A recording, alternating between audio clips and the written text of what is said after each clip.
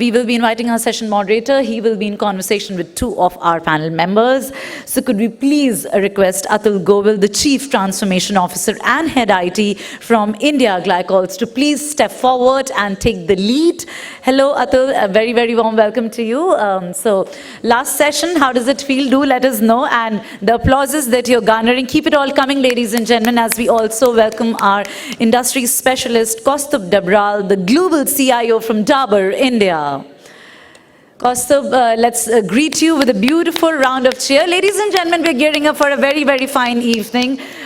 You've been fantastic and really patient all this while. So as we're gearing up for cocktails and dinner, I think the energy should double up the applauses as we also invite Vinay Kumar, the Chief Information Officer from MMG Group.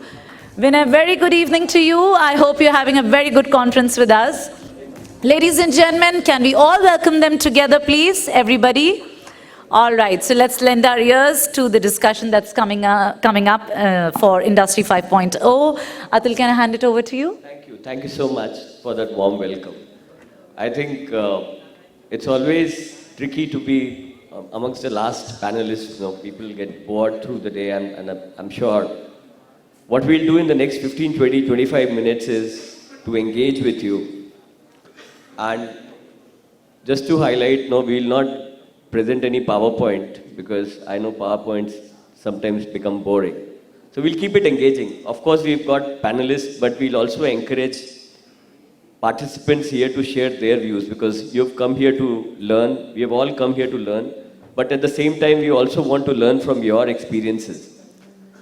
So we've been talking about digital, we've been talking about quantum, we've been talking about digital transformation for, I think, several years now.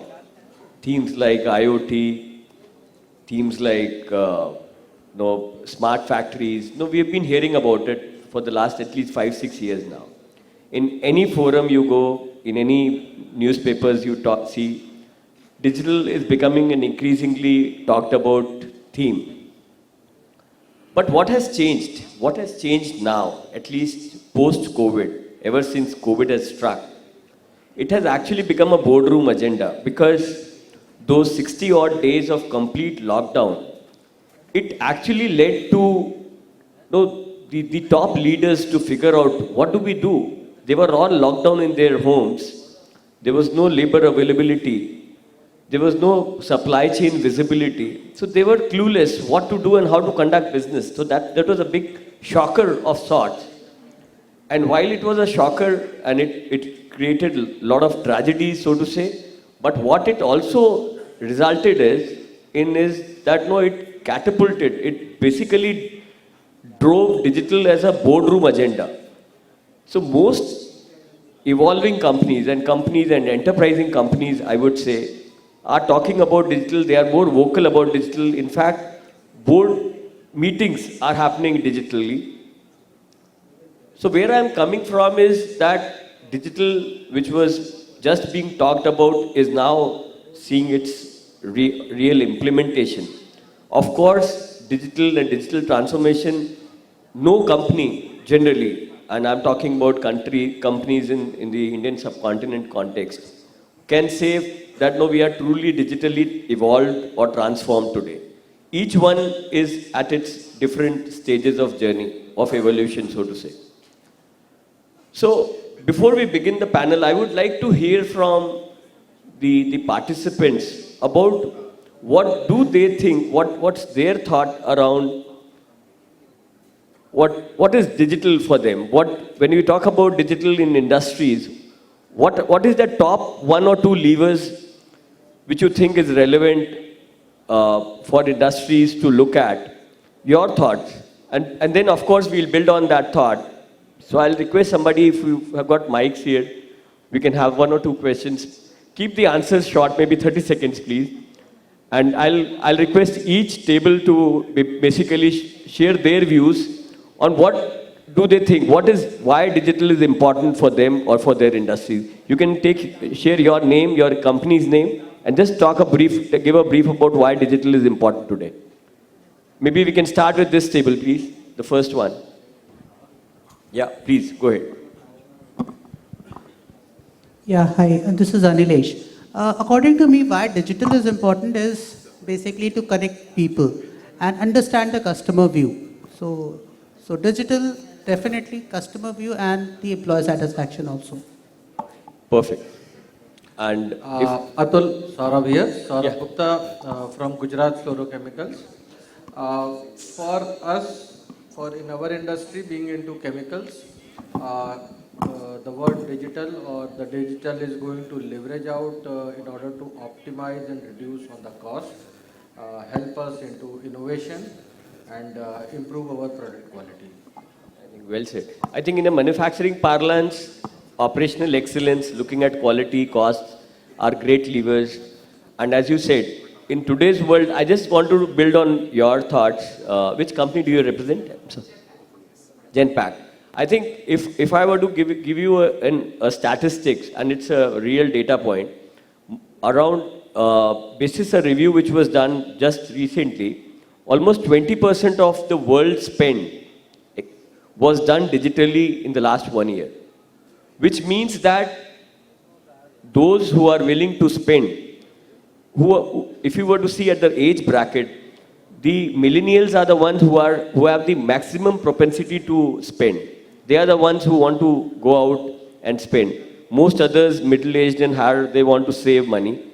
But the ones who have the propensity to spend are all digital natives, and they are using digital left, right, and center, which means that no industries which are serving these natives or the larger population have to digitally enable their platforms so that their commerce, their transactions, their business remains relevant in times to come.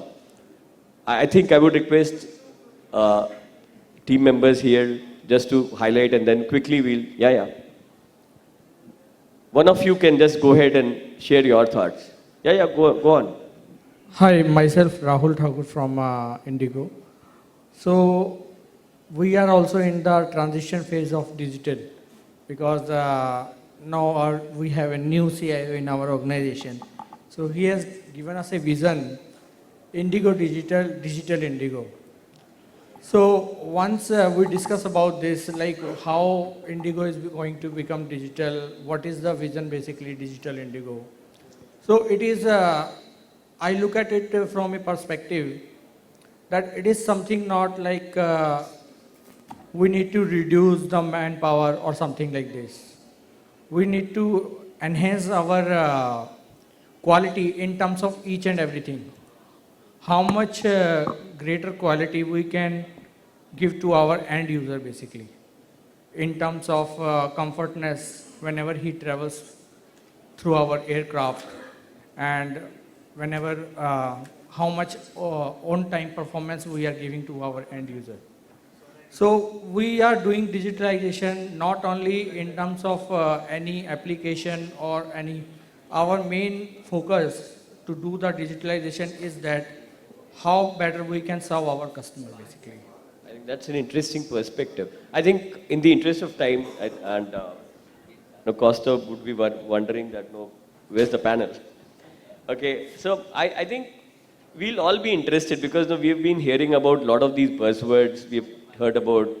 We were hearing about Industry 4.0, smart factories, as I mentioned, the IoTs of the world, and cognitive computing. But I just want to know, Kaustubh, from your experience, where is your company currently in this journey, and what work you would have done till so far, which qualifies under the digital transformation aspect?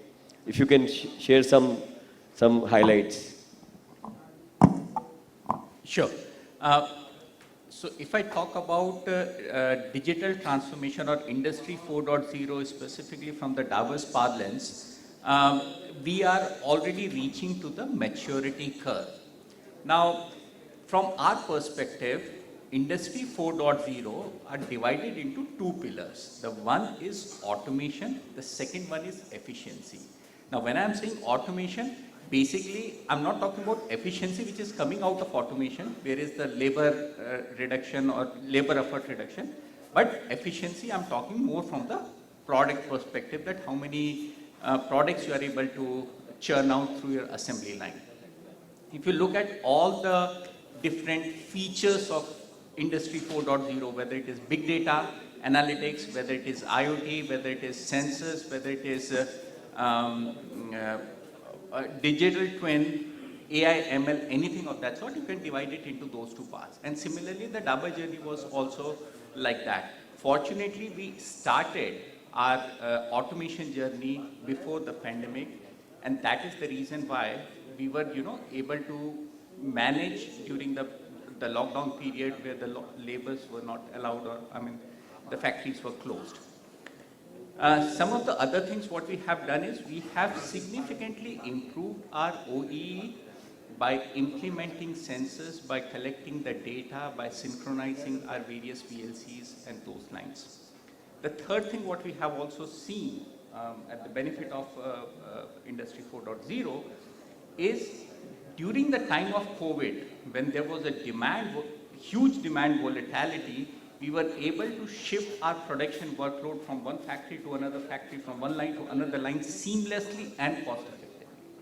So these are the few things what I've seen. That's an interesting perspective. I just want to also highlight on these two aspects around, of course, automation and efficiencies are the basic pillars. But what we clearly are seeing, particularly for manufacturing, and like I represent India Glycols, and we have 4 or 5 different divisions, of which we also have chemicals as one of the divisions, pharma is another division. What we also find is increasingly, reporting around sustainability or any energy efficiencies for that matter, or for compliance purposes. That's also gaining a lot of traction, which means that we need to maybe perhaps sensorize not just production data, but also losses, monitoring losses or any emissions which are there. And how do we, unless we measure, how do we, then only we can course correct. So those aspects which were earlier not on the radar are also gaining traction as we speak. So I think, which brings me to Vinay. Vinay, he represents MMG Group, which is McDonald's and Coca-Cola-FBO, you call it, is it? So maybe you can, Vinay, if you can enlighten us of the digital journey taken by your entity till so far. Yeah, so I think Coca-Cola, I will not be talking because there are 2 gentlemen who have complete manufacturing lines and they are running. I will be giving a different angle because here I will be talking about our McDonald's business. And that is what I handle a global brand, I have to give a disclaimer. That is what I told by my company. So I will be talking here in my personal capacity based on my personal experience. Okay, now what to start? I don't know how closely you people have seen any of the McDonald's kitchen. Because personally, I always went to one of the Dasna plant of Coca-Cola that is spread in 50 acres. And the same time, I am going to a 1500 square feet McDonald's kitchen. It's a 100% a true manufacturing unit. Luckily, being a global player, we are again at that level, or I will say we are moving towards the 5.0. So it's not the exaggerating, because I was just talking offline. We are talking about EOTF. That is the word, experience of the future. That is what we call in McDonald's. So it's not what you call proactive. It's basically predictive. It might possible near future if you are passing through a McDonald's and on Wednesday and you had a burger last Wednesday, you will get a message something is happening. So that kind of journey we have just started. But yes, there is a adaptation again, change. And that is what I will conclude on this point, is the status of what my company is as on date. I think I think we'll be interested to know more about this experience of the future. I think we'll deep dive on this aspect. I just also want to, with a raise of hands, I just want to know how many of you would have recently or in the last 6 months would have visited a bank in the last 4 or 5 months. How often would you have visited a bank? Very few. And likewise, most of us actually would also be would have seen that there is a shift in our purchasing habits in terms of even items like groceries we have started buying online. Which was not the case couple of or maybe 2-3 years back, which leads to the factor that no, increasingly people want to do away with these mundane tasks. They want to transact digitally. When I say digitally, I also want to highlight that no, it's not just about transaction, it's also about creating that right experience. Because it gives you that freedom to transact wherever, whenever you are. And importantly, as you also mentioned that you have this global setup which gives you that advantage to do things or repeat or create a replicable model here in India or any part of the world. But I also want to call out like the engagement with NASSCOM, as we were seeing. Amit spoke about it a while back. I think what is happening is with the startup ecosystem, we've got more than 20,000 plus startups which are currently actively there in our country, 20,000 plus, and the numbers is increasing by the day.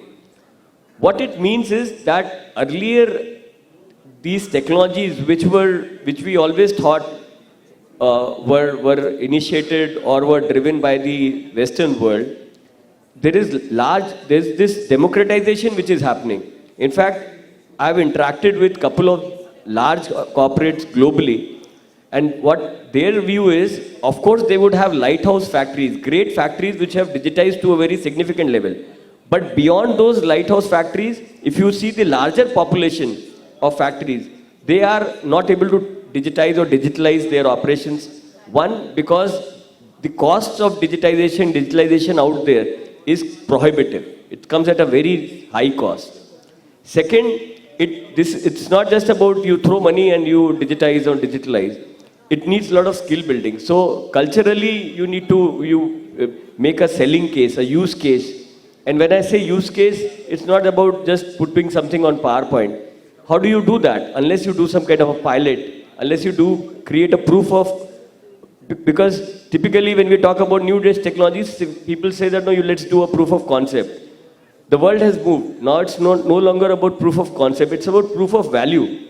Of how do you ensure that no, if you were to put this money, then this value will accrue to the enterprise. So there's a shift. And with this shift happening, India as a country and including the smaller companies, which earlier were hesitant in putting money in technology, are now more open because technologies like cloud and the startup ecosystem has actually democratized the whole equation. Now, for a startup to do a trial for any maybe vehicle tracking or any other such application or for their smart factories also, you've got Amazons of the world, Googles of the world, or any other platforms which are available wherein you can subscribe, pay as you use, do some trials, fail fast, and evolve. And then whatever works, you scale it up. Otherwise, you can move on to the next opportunities. So that brings me to I'll just be very precise and we'll just cover 2-3 key pointers. So considering that you've done enough work in Dabur and in McDonald's and the Coke setup, I would like to know, Kaustubh, that if an enterprise which has a basic core setup, core ERPs, and it's already there, what are those 3-4 key steps the CIO needs to do to basically create a use case or to basically make the enterprise interested in engaging in such digital interventions? The first thing is don't touch your core. Keep your core clean as much as possible. Try to modify your business processes if possible. And if that is not possible or your business function is not ready to adapt to that, then bring a bolt-on solution. I have seen in my past life as well that if you keep your core system clean, okay, your resilience will improve. I mean, in case of mergers and acquisition, you can do integration better, and at the same time, efficiency also improves. Whereas if you try to meander with your core systems, things become difficult.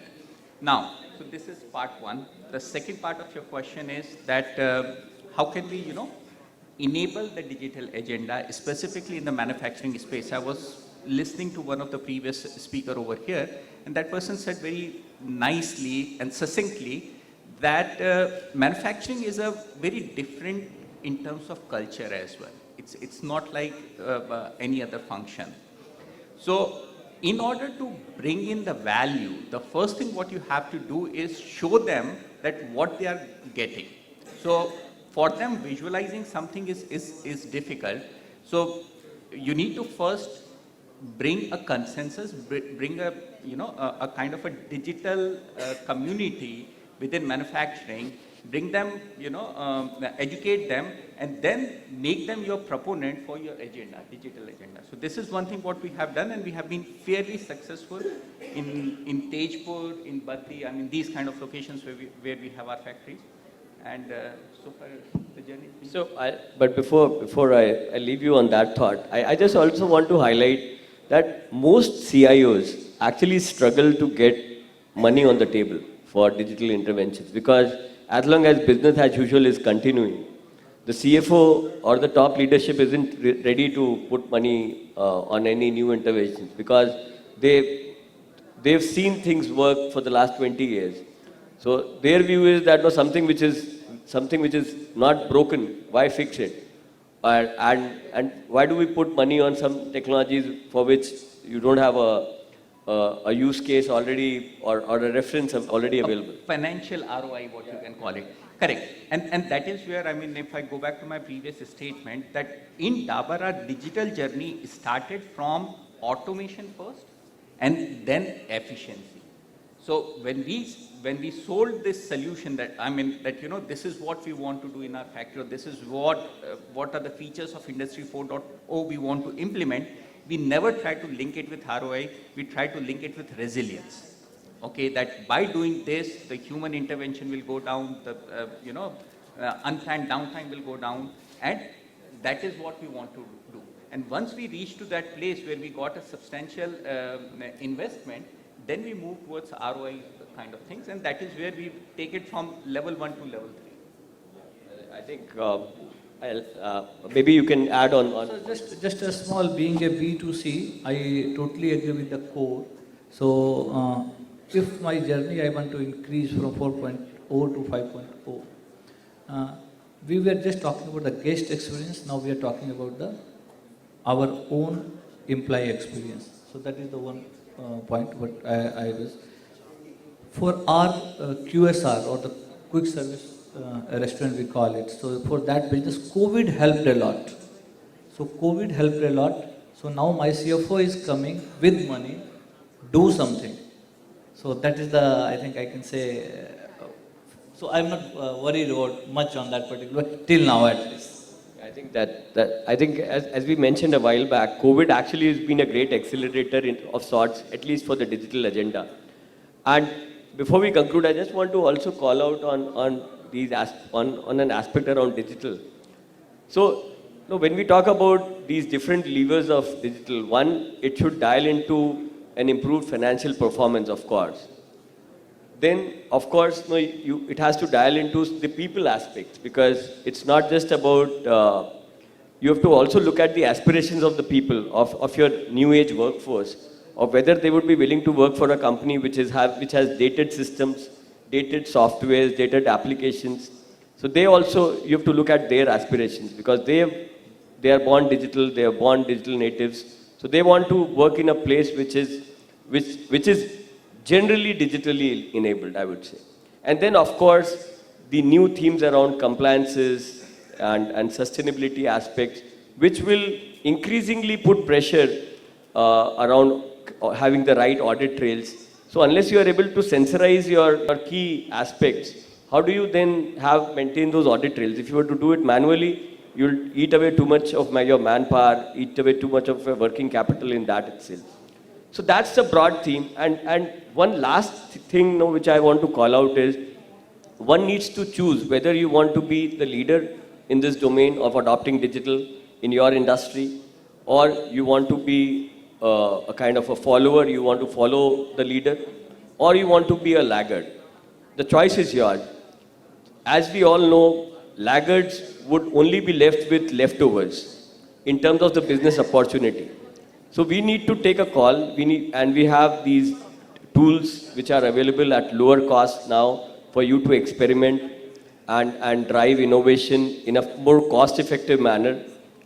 Of course, no, we can't talk about ROI in all aspects, but certainly experimenting and then showcasing the art of the possible with these new age technologies is far more easier in current times than it was possible 5 years back. I think with that, I'll call this panel to a close. If there is a question, fine, otherwise we conclude. Thanks for giving us a patient hearing and look forward to engage you over drinks and dinner. Yeah, thank you so much. Yeah.